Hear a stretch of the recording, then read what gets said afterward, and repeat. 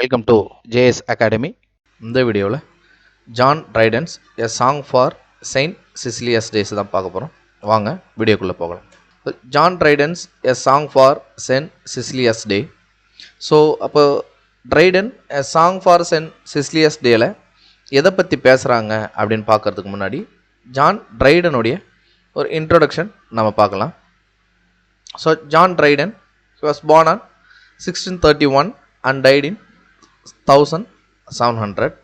Educated at Westminster School under Busby and at Trinity College, Cambridge. So Westminster ஸ்கூலில் தான் அவங்க படிச்சிருக்காங்க and Trinity காலேஜில் இவருடைய டிகிரிஸை கம்ப்ளீட் பண்ணியிருக்காங்க. இவருடைய first major poem was the heroic stanzas which was written in the year 1658 on the death of Cromwell. So கிராம்வெல்லுடைய death time அப்போது ஸோ அவருடைய அவருக்காக எழுதின ஒரு போம் தான் அந்த ஹீரோயிக் ஸ்டான்சாஸ் அப்படின்றது.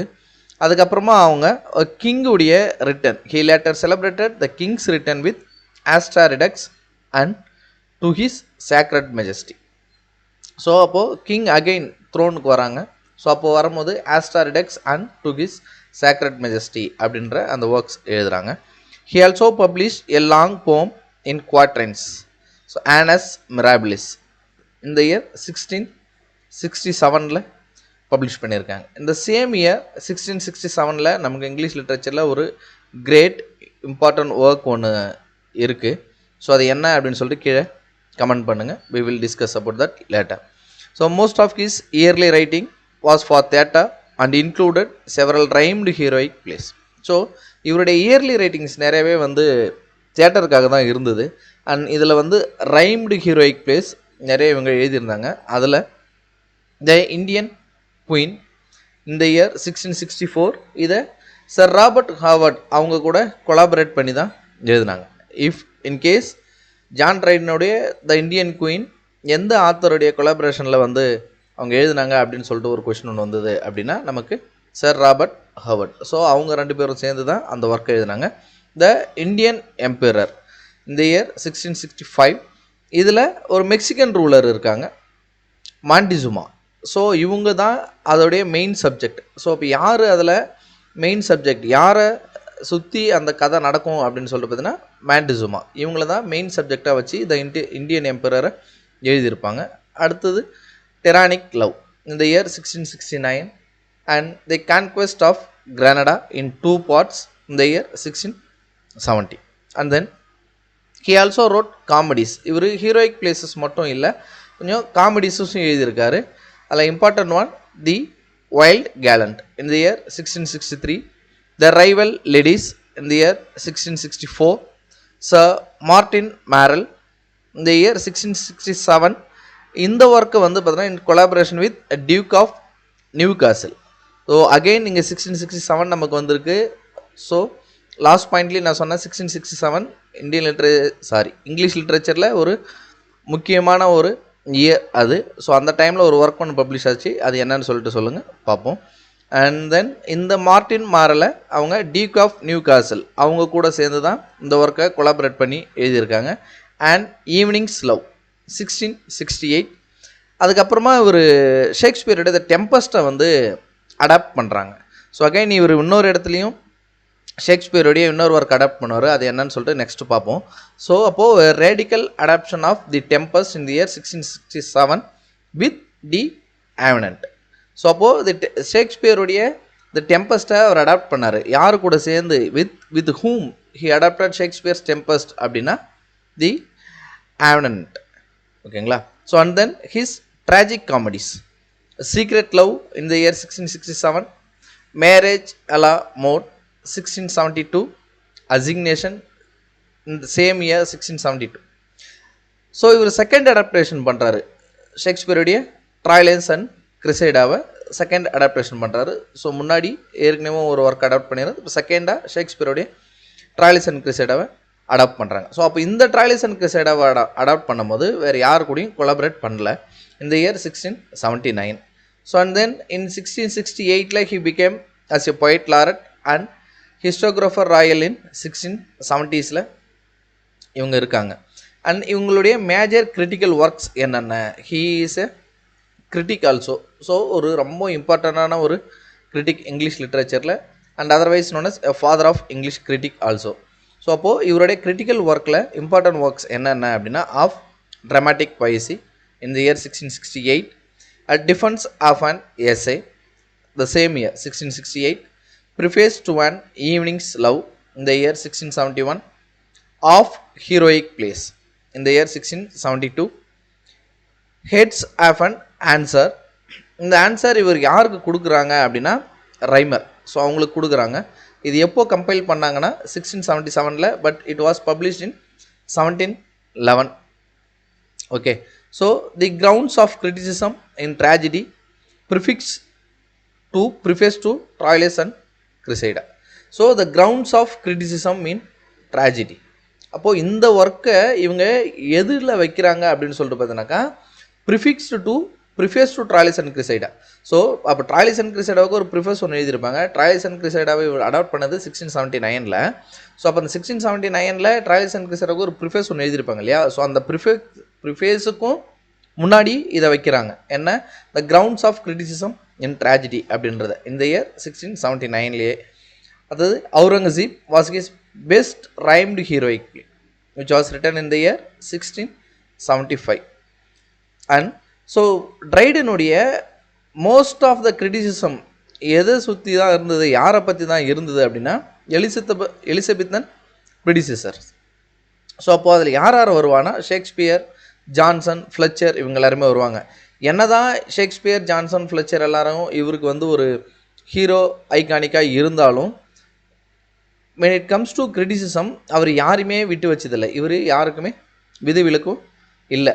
ஓகேவா. ஸோ யாருமே இவரை நமக்கு பிடிக்கும் அப்படின்றதுனால அவங்க பண்ணுற எரரை வந்து இவர் கிரிட்டிசைஸ் பண்ணாமல் இருந்ததும் இல்லை. And then All for Love 1678 இதை பப்ளிஷ் பண்ணியிருக்காங்க.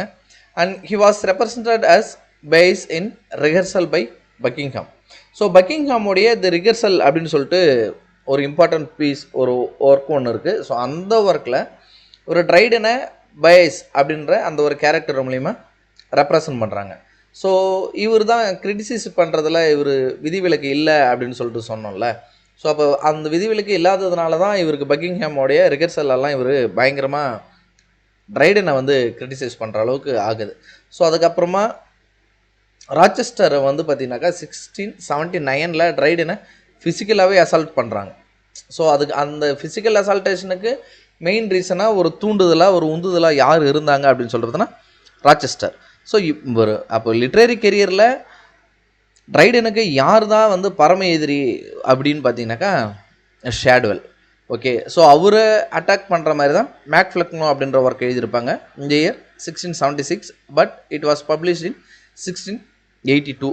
ஸோ இந்த ஆல் ஃபார் லவ் நம்ம எல்லாருமே வந்து during a course of our study கண்டிப்பாக படிச்சிருப்போம். அதை பற்றி யூ ஹேவ் சம் ஐடியாஸ். ஓகேவா. அது யார்கிட்டேருந்து அடாப்ட் பண்ணார், ஸோ அதில் வர அந்த கேரக்டர்ஸ் எல்லாம் யாருடைய ரியல் கேரக்டராக அவர் எடுத்திருந்தாங்க அப்படின்னு சொல்லிட்டு. பிகாஸ் ஏற்கனவே அவர் வந்து 2-3 ஒர்க் ஷேக்ஸ்பியரோட ஒர்க்கை வந்து அடாப்ட் பண்ணியிருந்தார். ஸோ அப்போ ஆல் ஃபார் லவ்வும் ஆப்வியஸாக இங்கேருந்து அடாப்ட் பண்ணியிருப்பாருன்றது உங்களுக்கு தெரியும். The constitutional crisis of the late 1670s and early 1680s saw Dryden's emergence as a formidable Tory polemicist. So அதுக்கப்புறமா இவங்க ஒரு 1670s அண்ட் இயர்லி 80s வந்து ஒரு கிரைசிஸ் ஒன்று நடக்குது.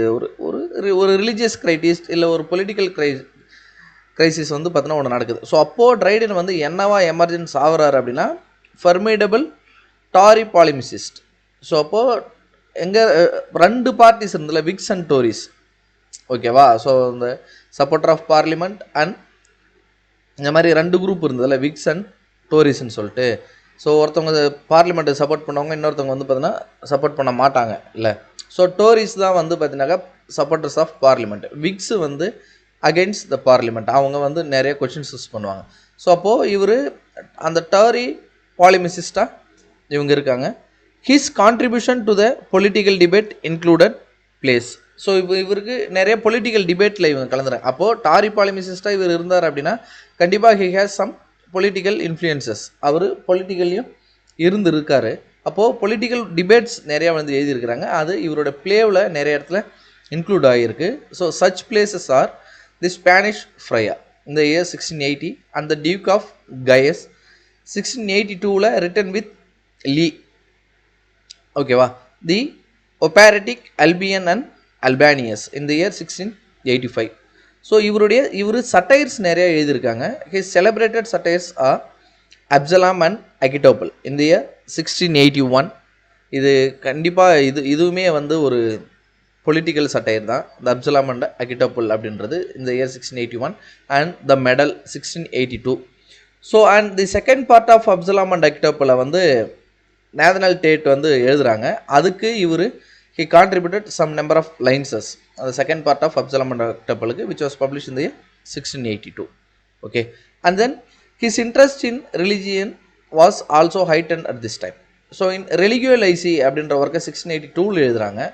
he offers a defense of the Anglican via media. So இப்போ Anglican search இந்த ஆங்கிலிக்கனிசம் so இதுக்கு தான் வந்து சப்போர்ட்டராக இவர் ரிலிகியோ லைஸை எழுதுறாரு. அதுக்கப்புறமா ஜேம்ஸ் செகண்ட் அவங்க வந்து பார்த்தினாக்கா ரூல் பண்ணுறதுக்கு வராங்க. ஸோ அந்த டைமில் ட்ரைடன் பிகேம் ஏ கத்தோலிக். ஸோ அப்போது இவங்க என்ன எழுதுறாங்கன்னா த ஹிண்டன் த பேந்தர் எழுதுறாங்க இந்த year 1687 in support of his new co religionist. So அப்போ ஹிண்டன் த பேந்தரில் ஸோ கத்தோலிக் ஆங்கிலிக்கனா ஓகேவா.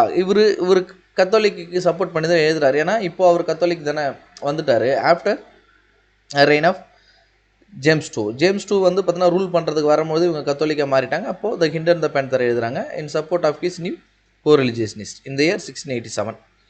So at the death of Charles the second he attempted a Pindaric ode Threnodia Augustalis இந்த இயர் 1685. ஸோ அப்போ இவர் பிண்டாரிக் ode எழுதுறதுக்கு வந்ததுக்கப்புறமா he began to write so many odes. இவங்க நிறைய வந்து அதுக்கப்புறமா பிண்டாரிக் கோட்ஸ் வந்து எழுதுறதுக்கு ட்ரை பண்ணுறாங்க. அதில் இம்பார்ட்டன்ஸ் ஆனது to the pious memory of Mrs. Anne Killigrew in the year 1686. A song for Saint Cecilia's Day in the year 1687.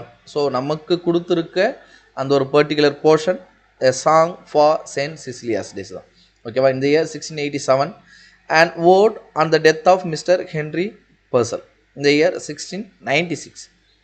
Alexander's feast in the year 1697 which was later incorporated into fables ancient and modern in the year 1700. ஓகேவா. So இப்போ அந்த Alexander ஃபீஸ்ட்டை 1700ல் fable ancient and modern அப்படின்ற ஒரு ஒர்க்குள்ளே incorporate பண்ணுறாங்க. ஓகேவா. So இப்போது நம்ம பார்க்க வேண்டியது a song for Saint Cecilia's day. அதை தான் நம்ம பார்க்க போகிறோம்.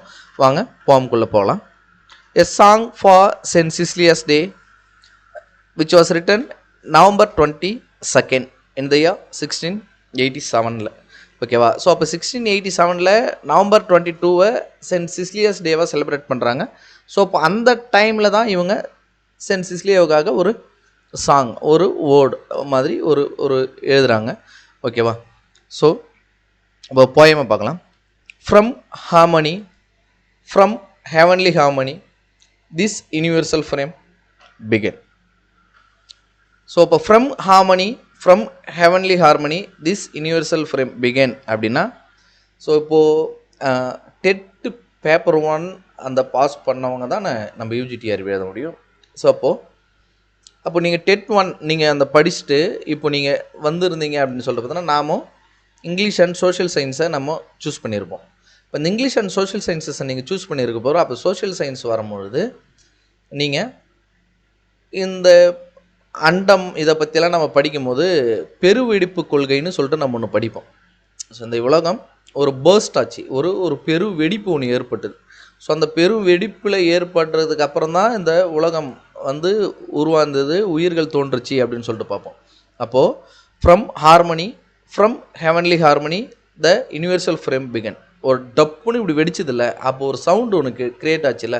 நீங்கள் அதையே வந்து பார்த்தீங்கன்னா ஒரு மியூசிக் அப்படின்னு சொல்லிட்டு நீங்கள் வச்சுக்கோங்களேன். ஹார்மனின்றதுன்னா ஒரு சவுண்ட் நோட் தானே, அதுதான் ஹார்மனி. அப்போது அந்த பெருவெடிப்பு கொள்கை டக்குன்னு இப்படி வந்து உலகம் வந்து பார்த்தீங்கன்னா வெடித்து புதுசாக வந்து பார்த்தீங்கன்னா ஒன்று கிரியேட் ஆகுது. From harmony from heavenly harmony this universal frame began. இந்த உலகம் தோன்றுது. When nature underneath a heap of jarring atoms lay.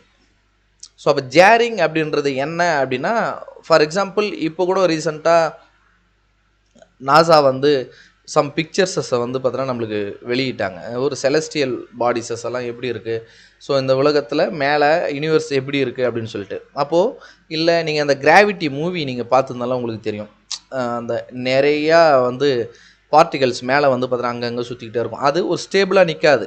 So ஜேரிங் அப்படின்றது என்னென்னா கட கட கடன்னு இப்படி ஆடிக்கிட்டே இருக்கும் அது ஒரு மாதிரி. அப்போ வெடிக்குது, வெடித்து இந்த யூனிவர்ஸில் நிறையா துகள்கள், கற்கள், பாறைகள் இந்த மாதிரி நிறையா வந்து பார்த்தீங்கன்னாக்கா மேலே அப்படி இந்த ஆட்டம்ஸில் வந்து இப்படி இப்படி இப்படி இப்படி ஆடிக்கிட்டே இருக்குது. அப்போ ஜேரிங் அப்படின்றதுனா ஒரு அன்கம்ஃபர்டபுள் ஷேக்கு, ஒரு அன்கம்ஃபர்டபுள் ஷாக், அப்படியே இப்படி இப்படி இப்படி ஆடிக்கிட்டே இருக்கும், ஒரு வைப்ரேஷன்லேயே அது இருந்துகிட்டு இருக்கும். அப்போது when nature underneath a heap of jarring atoms lay and couldn't heave her head. So அப்போ அந்த வெடிக்குது, இப்படி வெடித்த உடனே நிறையா பார்ட்டிகல்ஸ் அங்கங்கே இப்படி இப்படி வந்து மிதந்துக்கிட்டு இருக்குது, ஏரில் அப்படியே ஆட்டமில் மிதந்துக்கிட்டு இருக்குது. And couldn't heave her head. Heave அப்படின்னா அது ஒரு பர்டிகுலர் லிமிட்டுக்கு மேலே அதால் ரைஸ் ஆக முடியல, ஓகேவா.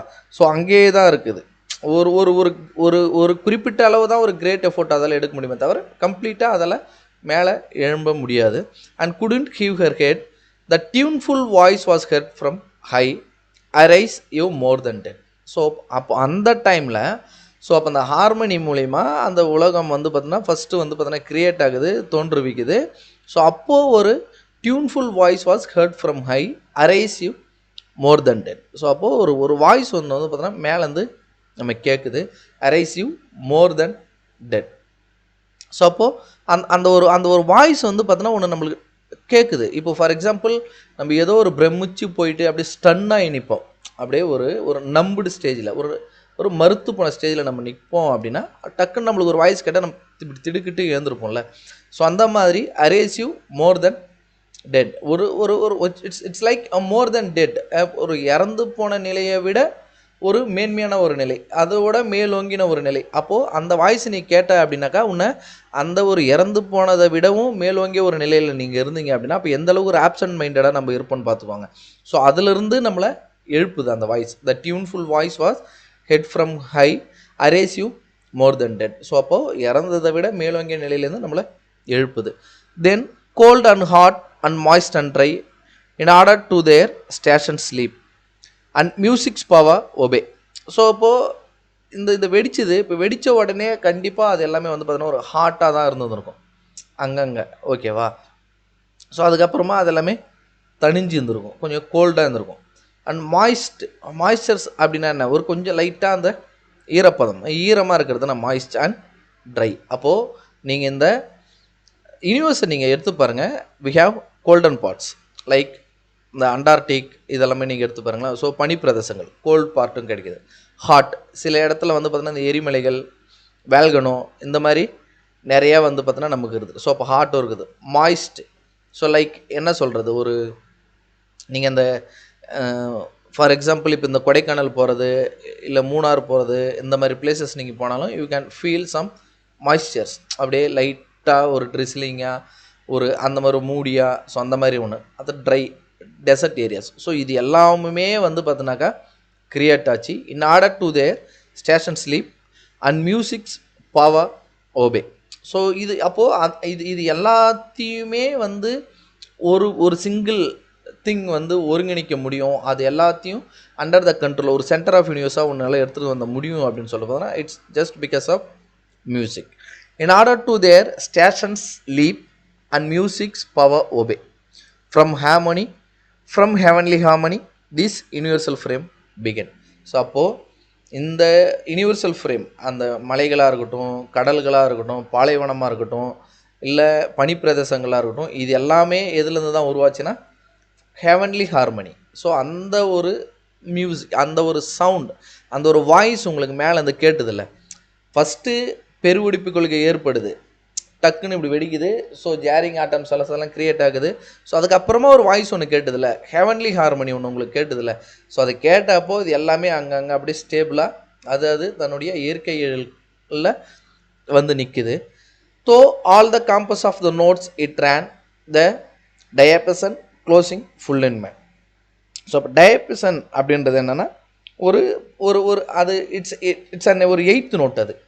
ஓகேவா? 7 ஸ்வரங்கள் அப்படின்னு சொல்லிட்டு இருக்குது. அப்போ 8th நோட்டு அப்படின்னா 7 ஸ்வரங்கள்லையுமே அந்த நிலைகளை தாண்டி 7 ஸ்வரங்களில் பாடுறது அப்படின்றது இட்ஸ் பியூட்டிஃபுல். அப்போ 7 ஸ்வரத்தையும் தாண்டி 8th நோட்டை நீங்கள் பிடிச்சி பாடுறீங்க, 8th நோட்டாக ஒன்று வருது அப்படின்னா த ஹையஸ்ட் லெவல் அது. Through all the compass of the notes it ran the diapason closing full in man. அப்போது அது அந்த ஒரு மனிதனை அது பார்த்தீங்கன்னாக்கா முழுமையை அடைய செய்யுது. ஓகே, ஸோ அப்போ அந்த ஒரு மியூசிக்ன்றது, அந்த ஒரு நோட்டுன்றது, அந்த ஒரு ஹெமன்லி வாய்ஸை நீங்கள் கேட்டது அப்படின்றது ஒரு ஒரு ஒரு மனிதனை it make it fulfil.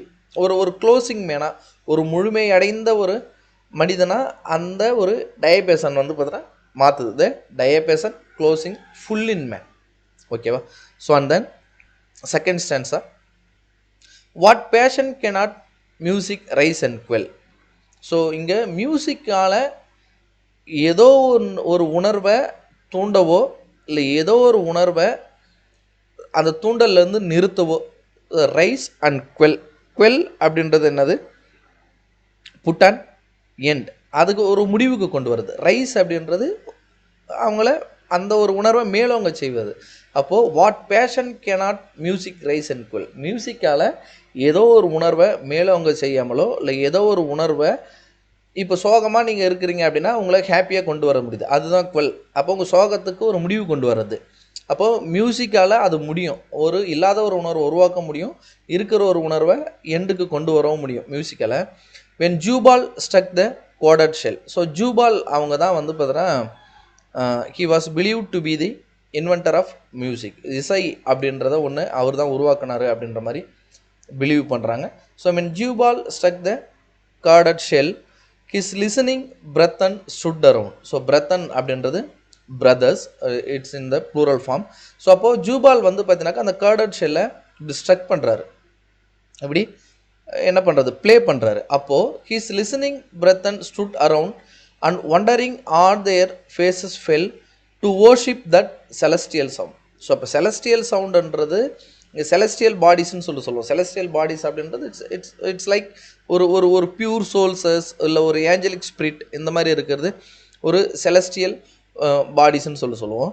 And அவர் அப்போ அந்த ஜூபால் அதை ஸ்ட்ரக் பண்ணுறாரு. அப்போ ஜூபால் ஸ்ட்ரக் பண்ணும்போது அவரோட பிரதர்ஸ் சுற்றி நின்று கேட்டுருக்குறோன்னு வச்சிங்களேன். இப்போ ஜூபால் ஸ்ட்ரக் பண்ணுறாரு, நம்ம எல்லோரும் சுற்றி நின்று கேட்டு இருக்கிறோம் அப்படின்னா என்ன இவ்வளோ ஒரு அற்புதமாக இவர் வாசிக்கிறாரு. அந்த சவுண்டை கேட்டால் அப்படியே அதை பார்த்தோன்னா ஓர்ஷிப் பண்ணணும்னு நம்மளுக்கு தோணுது, அதை தொட்டு வணங்கணும் அப்படின்ற மாதிரி நமக்கு தோணுது. ஓகேவா? அதை கடவுளாக நம்ம ஏற்றுக்கக்கூடிய அளவுக்கு ஒரு ஐடியல் ஸ்பிரிட்டடாக அந்த ஒரு மியூசிக் இருக்குது. அந்த ஜூபால் ஸ்ட்ரக் பண்ணக்கூடிய அந்த மியூசிக் இருக்குது. Less than a god they thought there could not dwell. So அப்போ அந்த கேர்டட் ஷெல்லில் பார்த்தோன்னா அவர் வாசிக்கிறாருல்ல, அப்போது அந்த கேர்டட் ஷெல்லில் பார்த்தோன்னா அவர் வாசிக்கிறார் அப்படின்னா அதுக்குள்ளார ஏதோ ஒரு சவுண்டு ஒன்று வருதில்ல, அது இட்ஸ் மேபி நீங்கள் இப்படி இமேஜின் பண்ணிக்கோங்க. அதில் பார்த்தோன்னா ஒரு ஸ்மால் ஹாலோ ஸ்பேஸ் ஒன்று இருக்குது, ஒரு சின்னதாக ஒரு வெற்றிடம் ஒன்று இருக்குது. ஸோ இப்போ அவர் க்ரியேட் பண்ணும்போது அந்த வெற்றிடத்தில் இருந்து அப்படி மியூசிக் இப்படி வெளியில் வருதுன்னு வச்சுக்கோங்களேன். அந்த ஒரு ஹாலோ ஸ்பேஸ்லேருந்து அந்த ஒரு ஓட்டைக்குள்ளே இருந்து தான் மியூசிக் வெளியில் வருதுன்னு வச்சுக்கோங்களேன். இப்போது அந்த சுற்றி நின்று பார்த்துட்டு இருக்கிற அந்த பிரதர்ஸ், ஒரு ஜூபாலோட பிரதர்ஸில் என்ன பிலீவ் பண்ணுறாங்க அப்படின்னா அந்த ஒரு ஸ்மால் ஸ்பேஸுக்குள்ளார கடவுளை தவிர வேறு என்ன இருந்துட முடியும்? கடவுளால் அன்றி வேறு எதுவும் இல்லை. ஸோ அப்போது கடவுள் தான் அதுக்குள்ளார இருக்கிறார், காடு தான் அதுக்குள்ளார இருக்கிறார். அந்த ஸ்மால் ஸ்பேஸுக்குள்ளே இருந்து இப்படி ஒரு செலஸ்டியல் சவுண்டு வெளியில் வருதுன்னா அப்போ கண்டிப்பாக அந்த இடத்துல தான் காடு இருக்காங்க. ஏன்னா அந்த சின்ன ஸ்பேஸில் காடை தவிர்த்துட்டு வேறு யாரால் அந்த இடத்துல இருக்க முடியாது. That spoke so sweetly and so well what passion cannot music raise and quell. So அப்போது அது இட் ஸ்போக் ஸோ ஸ்வீட்லி, ரொம்பவும் ஸ்வீட்டாக அது பேசுது நம்மக்கிட்ட. அந்த மியூசிக் பார்த்தோன்னா it conveys something to the listeners. ஓகேவா? அண்ட் அப்போது மியூசிக்கால் எதை பார்த்தோன்னாக்கா எந்த ஒரு உணர்வை மேலவங்க செய்யவும் இல்லை எந்த ஒரு உணர்வை முடிவுக்கு கொண்டு வரவும் முடியாததுன்னு நீங்கள் நினைக்கிறீங்க? இல்லை, அப்படி எதுவுமே ஒன்றும் இல்லை. த ட்ரம்பட்ஸ் லவுட் கிளாங்கர். ஸோ கிளாங்கர் அப்படின்றது கண்டினியூவஸ் சேஞ்சிங் சவுண்ட், அது கண்டினியூஸாக சவுண்ட் சேஞ்ச் ஆகிக்கிட்டே இருக்கும். ஓகேவா? So the trumpets loud clangor excites us to arms with shrill notes of anger and mortal alarms. So அப்போ ட்ரம்பட் வந்து பார்த்தீங்கன்னாக்கா வாசிக்கிறாங்க ரொம்ப லவுடராக சேஞ்சிங் நோட், கண்டினியூஸ் சேஞ்சிங் நோட்டில் அதை வாசிச்சுக்கிட்டே இருக்கிறாங்க. It excites us to arms. It's excites us to ஆர்ம்ஸ்னால் இப்போ ஃபார் எக்ஸாம்பிள் இப்போ நீங்கள் இந்த ஹிஸ்டாரிக்கல் ஃபிலிம்ஸ் இதெல்லாம் பார்த்தீங்க அப்படின்னா போர் வர்றதுக்கு முன்னாடி அதை வாசிப்பாங்க, அப்படி ட்ரம்பட் அப்படி பிடிச்சிக்கிட்டு இப்படி வாசிப்பாங்க. அது வாசித்தாங்க அப்படின்னா இப்போ வீரர்களெல்லாம் என்ன பண்ணணும்னா அவங்க ஆர்ம்ஸை எடுத்துக்கிட்டு they must get ready for the war, அதுக்காக ரெடி ஆகணும்ல. அப்போது the trumpets loud clangor excites us to arms with shrill notes of anger. So அப்போது ஸ்ட்ரில் அப்படின்றது என்ன அப்படின்னா அது வந்து ஒரு ஹை பிச்சுடு வாய்ஸ். நீங்கள் இந்த ஸ்ட்ரில் நோட்ஸ் டிலைட் அப்படின்ற இந்த லைனை ஒரு போமில் வந்து நீங்கள் பார்த்துருந்துருக்கலாம். அந்த ஒரு பொயட் பேர்டை வச்சு எழுதியிருப்பாங்க.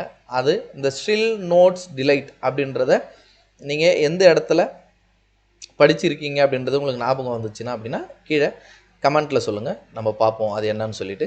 And with still notes of anger and mortal alarms. அப்போது நீ போய் சண்டை போடணும், இப்போ அந்த ட்ரம்பட் ஊதிட்டாங்க, நீங்கள் ஆர்ம்ஸ் எல்லாம் எடுத்துட்டீங்க, எக்ஸைட்டடாக இருக்கிறீங்க, இப்போ சண்டை போடணும் அப்படின்னாக்கா நம்ம எப்படி போவோம்?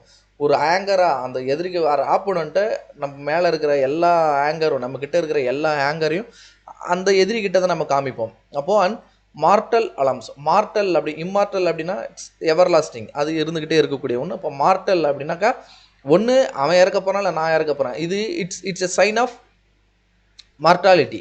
ஓகேவா? ஒன்று இந்த வாரில் மேபி நான் கொல்லப்படலாம், இல்லை நான் மற்றவனை கொள்ளலாம், அப்போ ஏதோ ஒன்று நடக்க போகுது. அப்போ இது வந்து எங்களுக்கு ஒரு மார்டல் அலார்மை கொடுக்குது. The double beat of the thundering drum cries he the foes come charge it's too late to retreat. So அப்போது ட்ரம்ஸ் வாசிச்சுக்கிட்டே இருக்கிறாங்க, டங்கு டங்கு டங்கு டங்கு டங்குன்னு இப்படி அடிச்சுக்கிட்டே இருக்காங்க.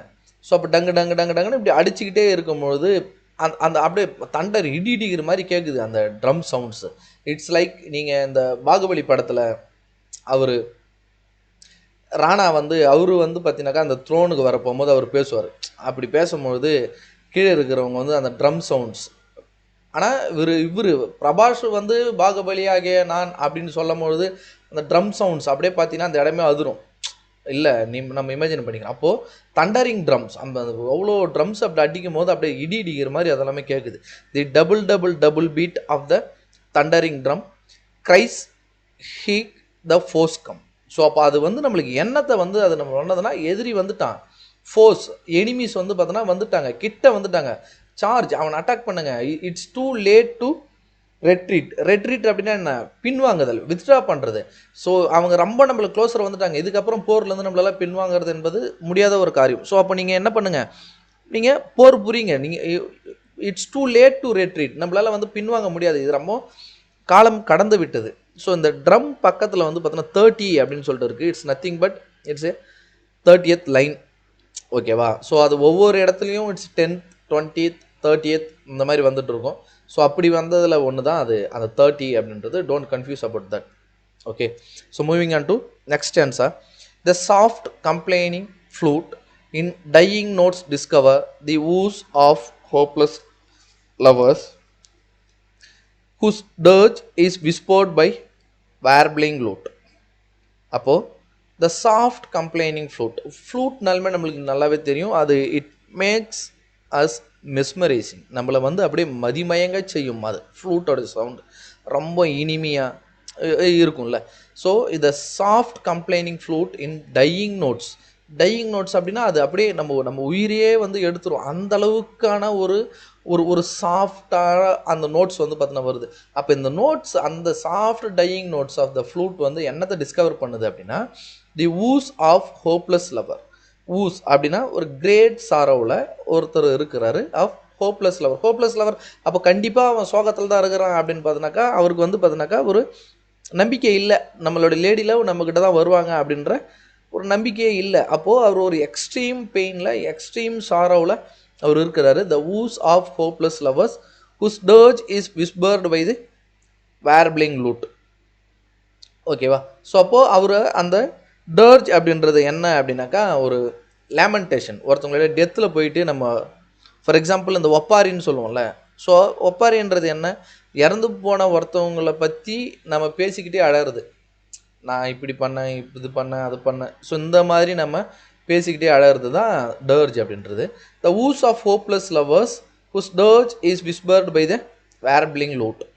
ஸோ அப்போது அந்த அந்த ஃப்ளூட்லேருந்து வரக்கூடிய அந்த மியூசிக், அந்த நோட்டு எப்படி வருது அப்படின்னு சொல்கிறதுனா, ஒரு ஹோப்லெஸ் லவர் அவர் வந்து பார்த்தீங்கன்னா அந்த டர்ஜ் அவர் புலம்புறாரு, அவர் லேமெண்டேஷன் பண்ணுறாருன்னா எப்படி இருக்கும்.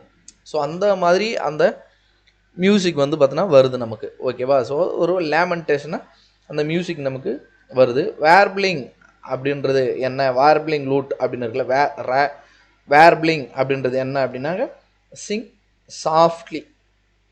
ஓகேவா. So sing softly with a succession of changing notes. அது கான்ஸ்டண்ட்டாக நோட் வந்து சேஞ்ச் ஆகிக்கிட்டே இருக்கும், இப்படி மேலே கீழே இப்படி போய்கிட்டே வரும். அதுதான் வேர்பிளிங் லூட் அப்படின்றது.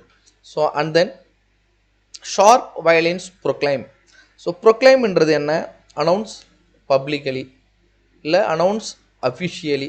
அப்போ ஷார்ப் வயலின்ஸ் வந்து பார்த்தீங்கன்னாக்கா சில விஷயங்களை நம்மளுக்கு சொல்லுது. என்ன சொல்லுது அப்படின்னா, their jealous pangs and desperation. Pang அப்படின்றது என்னென்னா ஒரு ஒரு சடன் பெயின். இப்போ யாரோ ஒருத்தவங்க வந்து திடீர்னு அவங்க இறந்துட்டாங்க, இவங்க இறந்துட்டாங்க அப்படின்னு சொல்லிட்டு போனால் இட் மேக் அஸ் ஃபீல், இதுதான் வந்து பேங்ஸ். ஓகே. ஒரு sudden sharp pain. For example இந்த பேங் அப்படின்றதுக்கு ஒரு ஐ திங்க் இது வந்து ஒரு பெஸ்ட் எக்ஸாம்பிளாக இருக்கும்னு நினைக்கிறேன். இப்போ கிளாஸ் ரூமில் நம்ம எல்லோரும் உக்காந்துக்கிட்டே இருக்கோம், நம்ம வந்து அப்போ ஆப்சண்ட் மைண்டடாக இருப்போம். ஒரு தூங்குற மாதிரி இருப்போம், இல்லை தூக்கத்தில் இருப்போம், ஏதோ ஒன்று இருப்போம். நம்மளோட நேமை சொன்னோடனே நம்மளுக்கு டக்குன்னு இப்படி அடிக்கும் பாருங்கள், தூக்கி போடும் பாருங்கள். அந்த டைமில் நம்ம ஆக்சுவலி நம்மளோட ஹார்ட் வந்து அப்படியே ஒரு இடத்துல குத்தும், நம்மளை சர்க்குன்னு இப்படி அடிக்கும். அதுதான் வந்து பார்த்தோன்னா பேங். அப்போது their jealous pangs and desperation. So டெஸ்பிரேஷன்னாலும் என்ன, டெஸ்பேர். ஓகேவா. அதுவுமே வந்து பார்த்தீங்கன்னா it's a kind of feeling. ஓகேவா. ஸோ அப்போது டெஸ்பிரேஷன் அப்படின்றது டெஸ்பேர். நம்மக்கிட்ட வந்து ஒருத்தவங்க சரியாக ஒருத்தவங்க பிஹேவ் பண்ணாததுனால நமக்கு கிடைக்கிற ஒரு இது என்னென்னா, நான் உன்னை இப்படி நினச்சிருந்தேன், ஆனால் அவங்க என்னை இப்படி ட்ரீட் பண்ணிட்டு போயிட்டாங்க அப்படின்னு சொல்லிட்டு நம்ம நினைக்கணும் இல்லையா. ஸோ ஒரு ஒரு ஒரு எக்ஸ்ட்ரீம் பிஹேவியர் அது, இல்லை ஒரு ரேஷ் பிஹேவியர். யாரோ ஒருத்தவங்க நம்மக்கிட்ட அந்த ரேஷ் பிஹேவியர் காட்டுறதுனால நம்மளுக்கு வரக்கூடிய ஒரு பெயின், ஒரு எக்ஸ்ட்ரீம் பிஹேவியர், அவங்களோட ஆட்டிடியூடை நம்மளுக்கு காட்டுறதுனால வரக்கூடிய ஒரு pain. Their jealous pangs and desperation, fury, frantic, indignation. So fury அப்படின்னா ஆங்கர் அப்படின்றது நம்ம எல்லாருக்குமே தெரியும். அப்போ ஃப்ரான்டிக் அப்படின்றது ரொம்ப வருத்தப்படுறது. ஓகேவா. ஸோ இட்ஸ் எக்ஸ்ட்ரீமாக நம்ம அப்படியே என்ன சொல்கிறது, ஒரு உயிரே போயிடும் அந்த அளவுக்கு நம்ம வந்து பார்த்தீங்கன்னா வருத்தப்படுறது. அது அந்த ஏன் நம்ம அந்த அளவுக்கு வருத்தப்படுவோம்னா, it's just because of fearness. So அவன் நம்மளை விட்டு போயிட்டேன்னா வேறு ஒருத்தங்களை மேரேஜ் பண்ணிக்கிட்டா அவங்க கூட அவங்களோட லைஃப் எப்படி இருக்கும். இப்போ அவன் வேறு ஒருத்தனை மேரேஜ் பண்ணிட்டா நம்மக்கிட்ட பேசி சிரிச்ச மாதிரி தான் அவங்ககிட்டையும் சிரிப்பாங்களா அப்படின்ற அந்த ஒரு நினப்பு நம்மளுக்கு வருது இல்லை. ஸோ அது நம்மளுக்கு ஒரு பெயினை கொடுக்கும்ல. ஸோ அதுதான் ஃப்ரான்டிக். ஸோ அப்போ இண்டிக்னேஷன் அப்படின்றதுனா அது வந்து பார்த்தீங்கன்னா ஒரு அனாயன்ஸ், ஒரு என்ன சொல்கிறது, அந்த நம்மளுக்கு வந்து பார்த்தீங்கன்னா அது ஒரு கோபத்தை வந்து பார்த்தீங்கன்னா அது நம்மளுக்கு க்ரியேட் பண்ணும். நான் உன்னை எப்படிலாம் நினச்சேன், நீ என்னை சீட் பண்ணிட்ட பாரு அப்படின்னும் போது நம்மளுக்கு ஒரு தாட் வரும்ல. ஸோ அதுதான் இண்டிக்னேஷன்ஸ். அப்போது இந்த ஷார்ப் வயலன்ஸ் என்னத்தை நம்மளுக்கு அஃபிஷியலாக சொல்லுது அப்படின்னா, இவர் வந்து பயங்கர மன வழியில் இருக்கிறார். Because he feels that she cheated him, இல்லைனா she betrayed him அப்படின்னு சொல்லிட்டு இவர் ஃபீல் பண்ணுறாருன்னு வச்சுக்கோங்களேன். ஸோ அப்போ அதுதான் அந்த வயலன் நம்மளுக்கு சொல்ல வருது. The depth of pains and height of passion for the fair disdainful dame. So அப்போது டிஸ்டெயின்ஃபுல் டேம்ன்றது விமன். ஒரு இது ஆக்சுவலி இதை நீங்கள் மீனிங்காக நீங்கள் பார்த்தீங்க அப்படின்னா ஒரு சுப்பீரியராக, ஒரு ஹெட்டாக, அவங்க தான் வந்து பார்த்தினாக்கா ஒரு லீடிங்காக இருக்கக்கூடிய ஒருத்தவங்க. பட் நமக்கு இந்த இடத்துல உமன் அப்படின்ற லெவலில் நமக்கு போதும். ஓகேவா. டிஸ்டெயின்ஃபுல் அப்படின்றது என்னென்னா ஒரு லேக் ஆஃப் ரெஸ்பெக்ட். நான் உன்னை நினச்சாலும் கூட நீ என்ன நினைக்கல அப்படின்றது. But depth of pains and height of passion for the fair disdainful dame. So அந்த என்னுடைய அந்த சோகமாக இருக்கட்டும், என்னுடைய அந்த அழுகையாக இருக்கட்டும், என்னுடைய துக்கமாக இருக்கட்டும், நான் அவங்கள நினச்சி உருகிறதா இருக்கட்டும், இது எல்லாமே யாருக்கு அப்படின்னா அந்த டிஸ்டெயின்ஃபுல் டேம், என்னை சீ போடா அப்படின்னு சொல்லிட்டு தூக்கி போட்டு போனாங்களே அந்த ஒரு உமனுக்கான ஒரு சஃபரிங்ஸ் அண்ட் சாரோசஸ் தான் இது அப்படின்றது நமக்கு வயலின் வந்து சொல்லுது. But what art can teach, what human voice can reach, the sacred organs praise. So இங்கே என்ன அப்படின்னா அந்த ஒரு சேக்ரட் ஆர்கன்ஸ் ப்ரைஸ் அப்படின்னு சொல்லிட்டு இருக்குல்ல, என்னன்னா ஒரு ஹோலி வாய்ஸ், அந்த ஹெவன்லி ஹோலி வாய்ஸ் நம்மளுக்கு ஆரம்பத்தில் கேட்டதில்ல, அதுதானே வந்து பார்த்தீங்கன்னாக்கா நமக்கு அந்த யூனிவர்சல் எல்லாத்தையும் ஒரு டயபேசன் மேக்ஸ் மேன் ஃபுல் அப்படின்ற மாதிரி ஒரு லைன் பார்த்தோம்ல. அப்போ டயபேசன் அது ஒரு முழுமை அடைய செஞ்சுதோ அந்த ஒரு 8 நோட் அப்படின்னு சொல்லிட்டு பார்த்தோம். அப்போது அந்த அந்த ஒரு மியூசிக்கை, அந்த ஒரு மியூசிக்கல் சென்ஸை இங்கே எந்த ஒரு ஆர்ட்டால் சொல்லி கொடுக்க முடியும்? ஒரு ஹியூமனுக்கு நீங்கள் எந்த வச்சு, what kind of art you are using, எதை வச்சு நீங்கள் வந்து அந்த ஹியூமனுக்கு அந்த மாதிரியான ஒரு மியூசிக்கை, அந்த மாதிரியான ஒரு மியூசிக்கல் சென்ஸை நீங்கள் எதை வச்சு நீங்கள் சொல்லி தருவீங்க? என்ன மெட்டீரியலை நீங்கள் யூஸ் பண்ணுவீங்க? என்ன way, what method you will be using, நீங்கள் எதை வந்து யூஸ் பண்ணுவீங்க? இங்கே முடியவே முடியாது இல்லை. But what art can teach, what human voice can reach. So அந்த அளவுக்கு ஒரு ஹியூமனை உன்னால் ட்ரெயின் பண்ண முடியுமா?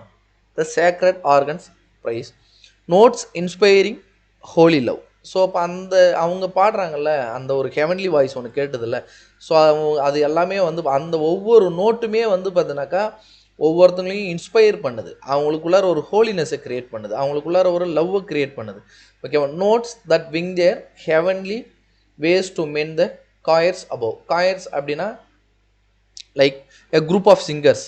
எஸ்பெஷலி சர்ச்சஸ்லலாம் நம்ம போனோம் அப்படின்னு சொல்லிட்டு பார்த்தோன்னா, அவங்க தான் ஒரு சர்ச்சில் அந்த ஒரு வாரத்தில் நின்றுக்கிட்டு அவங்க ஒரு குரூப் ஆஃப் கேர்ள்ஸ் இல்லை குரூப் ஆஃப் மென்ஸ் இல்லை 2 ஜெண்டரும் சேர்ந்து ஒரு குரூப் ஆஃப் அந்த ஒரு பேண்டு அவங்க சேர்ந்துக்கிட்டு பாடுவாங்க. ஸோ அவங்க தான் கயர்ஸ்ன்னு சொல்லுவாங்க. இப்போது நோட்ஸ் இன்ஸ்பைரிங் ஹோலி லவ், அது வந்து பார்த்தினாக்கா ஒரு ஹோலினஸை, ஒரு ஹோலி லவ்வை க்ரியேட் பண்ணுது அந்த நோட்ஸ் எல்லாமே. அந்த நோட்ஸ் எல்லாமே இப்போ என்ன பண்ணுது அப்படின்னு சொல்லி பார்த்தோன்னா, make their wings heavenly ways. அவங்க அது வந்து பார்த்தீங்கன்னா ஹெவனை நோக்கி அந்த நோட்ஸ் எல்லாமே போகுது. எதுக்குன்னா to mend the choirs above. So mend அப்படின்றது என்னென்னா புட் டுகெதர், அவங்கள எல்லாரையும் ஒன்று சேர்த்து அப்போ அதை வந்து பாட வைக்க போகுங்க அது. ஓகேவா? Notes that wing their heavenly ways அப்படின்றது அந்த நோட்ஸ் எல்லாமே ஹெவனை நோக்கி போகுது. எதுக்காக அப்படின்னாக்கா அந்த காயர்ஸ், அந்த குரூப் ஆஃப் சிங்கர்ஸ் இருப்பாங்களா, அப்போ இது போயிட்டு அங்கே என்ன பண்ணுது, அந்த குரூப் ஆஃப் சிங்கர்ஸ் எல்லாத்தையும் ஒன்றாக்க போகுது. அங்கங்கே ஒருத்தங்க இருப்பாங்க அப்படின்னா அவங்கள எல்லோரும் ஒன்று சேர்க்க போகுது. ஒன்று சேர்த்து அவங்கள காயர்ஸாக க்ரியேட் பண்ணி அவங்கள பாட வைக்க போகுது. ஓகேவா? To mend the choirs above. Orpheus could lead the savage race. So Orpheus அப்படின்றது, Orpheus could lead the savage race. So ஆர்ஃபியஸ்ன்றவர் ஒரு க்ரீக் மித்தாலஜியில் வரக்கூடிய ஒரு பர்சன், ஒரு கேரக்டர். ஓகேவா? So Orpheus could lead the savage race. So Orpheus வருவாங்க. So இவங்களுமே வந்து பார்த்தீங்கன்னா he also has some musical senses. So இப்போ அவங்க பாடுறாங்க அப்படின்னு பார்த்தீங்கன்னாக்கா அவங்க சேவேஜ் ரேஸ். சேவேஜ் பீப்புள்னால் யார்? ஒரு அன்சிவிலைஸ்டாக இருக்கக்கூடியவங்க. அந்த ஒரு அன்சிவிலைஸ்டாக இருக்கக்கூடிய அந்த ரேஸை கூட ஆர்ஃபியஸ் வந்து பாடுறாரு. அவருடைய சிங்கிங் கேட்டால் அவர் வந்து பார்த்தீங்கன்னா அவங்களால லீட் பண்ண முடியும். அப்போ ஒருத்தவங்க லீட் பண்ணுறாங்க அப்படின்னு சொல்லிட்டு பார்த்தீங்கன்னாக்கா யாருடைய பேச்சு பீப்புள் எல்லாம் ஒபே பண்ணுறாங்களோ அவங்க தான் ஒருத்தவங்கள லீட் பண்ண முடியும். ஓகேவா? இப்போது நீங்கள் ஒரு விஷயம் சொல்கிறீங்க, அது 4 பேர் கேட்குறாங்க அப்படின்னாக்கா அந்த 4 பேரை நீங்கள் தான் லீட் பண்ணுவீங்க. அப்போது சேவேஜ் ரேஸை யார் லீட் பண்ணுறா அப்படின்னா ஆர்ஃபியஸ் வந்து பார்த்தீங்கன்னா லீட் பண்ணுறாரு. And trees unrooted left their place. இப்போ ஆர்ஃபியஸ் பாடுறாரு அப்படின்னாக்கா மரங்கள் எல்லாம் வந்து பார்த்தீங்கன்னாக்கா அது தான் இருக்கிற இடத்துலேருந்து அப்படியே வேரோட பிடிங்கிக்கிட்டு அவர் இருக்கிற இடத்துக்கு போயிடுமா. பிகாஸ் அந்த சாங்கை கேட்குறதுக்கு அவர் அந்த அளவுக்கு ஸ்வீட்டாக வந்து பாடுறாரு. Sequacious of the lyre. Okay. So அந்த இடத்துக்கு அப்படியே போயிடுது டக்குன்னு. அந்த எல்லாமே ஒரு இடத்த விட்டு இன்னொரு இடத்துக்கு வந்து அப்ரூட் பண்ணிக்கிட்டு அந்த இடத்துக்கு அப்படியே இப்படி போயிடுது. But bright Cecilia raise the wonder higher. So அப்போ ஆர்ஃபியஸ் பாடுறாரு. ஸோ அப்போது அந்த மரம்லாம் வேரோட பிடிங்கிட்டு போயிடுது. இந்த சேவேஜ் ரேஸும் என்ன அன்சிவிலைஸ்டு பீப்புள் எல்லாருமே அவர் ஒரு வார்த்தை சொன்னாலும் கட்டுப்படுற அளவுக்கு வந்துட்டாங்க. ஸோ இதெல்லாமே வந்து பார்த்தோன்னா it's a magic of music. But Cecilia வந்து ஒரு ஸ்டெப் அஹெடாகவே போயிடுறாங்க. என்னென்னா but bright Cecilia raise the wonder higher. இன்னும் ஆக்சுவலி இப்போ மரம் வந்து வேரோட பிடிக்கணும் போகுதுன்றது ஒரு ஒண்டர் தான், ஒரு அதிசயம் தான். அப்போது அந்த அதிசயத்தை இன்னும் கொஞ்சம் இவங்க மேலவங்க செய்கிறாங்க. எப்படி அப்படின்னா when to her organ vocal breath was given. So அப்போது ஆர்கன் வாக்கல் அப்போ அந்த நம்மளுக்கு வாய்ஸ் க்ரியேட் பண்ணக்கூடிய ஒரு ஆர்கன். ஸோ அப்போ நம்ம வாய்ஸ் வந்து நம்ம எப்படி க்ரியேட் பண்ணுறோம்? ஜஸ்ட் பிகாஸ் ஆஃப் ஏர் மூலிமா தான் நம்ம வாய்ஸை க்ரியேட் பண்ணுறோன்றது நமக்கு தெரியும். அப்போது அந்த ஒரு வோக்கல் ஆர்கனில் வார்த்தைகளை உருவாக்கக்கூடிய அந்த ஒரு பார்ட்ஸ் ஆஃப் ஆர்கனில், அந்த ஒரு உடல் உறுப்பில் இவங்க என்ன பண்ணுறாங்கன்னா பிரெத் கொடுக்குறாங்க. அப்போ பிரெத் கொடுத்தா தானே நமக்கு வந்து வாய்ஸ் வெளில வரும். அப்போ அந்த பிரெத் கொடுக்குறாங்க. அப்போ அந்த வோக்கல் ஆர்கனில் அவங்க பிரெத் கொடுத்த உடனேவே and angel heard and straight appear. இவங்க அவங்களுடைய அந்த சிசிலியாவோட வாயிலேருந்து ஒரே ஒரு வார்த்தை தான் வந்தது, வெளியில் வந்தது. ஒரு ஒரு சவுண்டு ஒன்று வெளில வருது. ஹெவனில் இருக்கிற எல்லா ஏஞ்சல்ஸும் சிசிலியா கிட்ட வந்துட்டாங்க. ஸோ சிசிலியா கிட்ட வந்ததுக்கு அப்புறமா தே மிஸ்டேக்கன் எர்த் ஃபார் ஹெவன். எர்த்தை வந்து ஹெவன் அப்படின்ற அளவுக்கு நினச்சிட்டாங்க. அப்போது அங்கே அந்த மென் தி காயர்ஸ் அபவ், அந்த நோட் எல்லாமே வந்து பார்த்தீங்கன்னா ஹெவனுக்கு போச்சு, காயர்ஸ் எல்லாத்தையும் மென் பண்ணிச்சுன்னு சொன்னாங்கல்ல. அப்போது அந்த அளவுக்கு ஒரு ஹெவன்லியாக இருக்குது அவங்களுடைய வாய்ஸு. அப்போது ஹெவனில் இருக்கக்கூடிய ஆக்சுவலி நம்ம பாடுற பாட்டே எதுக்கு? அது ஹெவனுக்கு போய் ரீச் ஆகணும், இல்லை இறைவனுக்கு காதில் கேட்கணும், அது நமக்கு வேணும்னு சொல்லிட்டு. அப்போது சிசிலியா பாடினது அங்கே கேட்டுடுச்சு. ஸோ அப்போ ஹெவனில் இருந்து ஏஞ்சல்ஸ் எல்லாம் இங்கே வந்துட்டாங்க. அவங்க வந்துட்டு இது எர்த்தா, இது நாங்கள் வந்து ஹெவனில் தான் யாரோ ஒருத்தவங்க பாடுறாங்கன்னு நினச்சிட்டோம். அப்போது ஹெவனில் ஒருத்தவங்க பாடினாங்கன்னா எந்த அளவுக்கு ஸ்வீட்டாக இருக்குமோ வாய்ஸு, எந்த அளவுக்கு ஒரு மெஸ்மரைசிங்காக இருக்குமோ அந்த அளவுக்கு சிசிலியாவோடது இருக்குது அப்படின்றது தான். நெக்ஸ்ட் த லாஸ்ட் சான்ஸாக grand chorus. As from the power of sacred lays the spheres began to move. So அப்போது இந்த ஒரு அந்த சவுண்ட் கேட்டதில்ல, அந்த சிசிலியாவுடைய அந்த ஒரு சவுண்ட் கேட்டதில்ல. ஸோ அதிலிருந்து தான் இந்த ஸ்பியர் பிகன் டு மூவ். இந்த ஸ்பியர் அப்படின்றது என்ன? உலகம், இந்த பூமி. ஓகேவா? இந்த ரவுண்ட் இன் ஷேப்பில் இருக்கிறது ஸ்பியர். அப்போ the as from the power of sacred lays the sphere began to move. So அப்போ அந்த ஒரு வாய்ஸை கேட்டதுக்கப்புறம் என்ன பண்ணுது? பூமி சுற்றுறதுக்கு ஆரம்பிச்சிருச்சு. And sung the great creator's praise to all the blessed above. So and it began to sing creator, இந்த உலகத்தை உருவாக்கின இறைவா அப்படின்ற மாதிரி இட் பிகன் டு சங். அது வந்து பார்த்தீங்கன்னா பாடுறதுக்கு ஸ்டார்ட் பண்ணுறாங்க.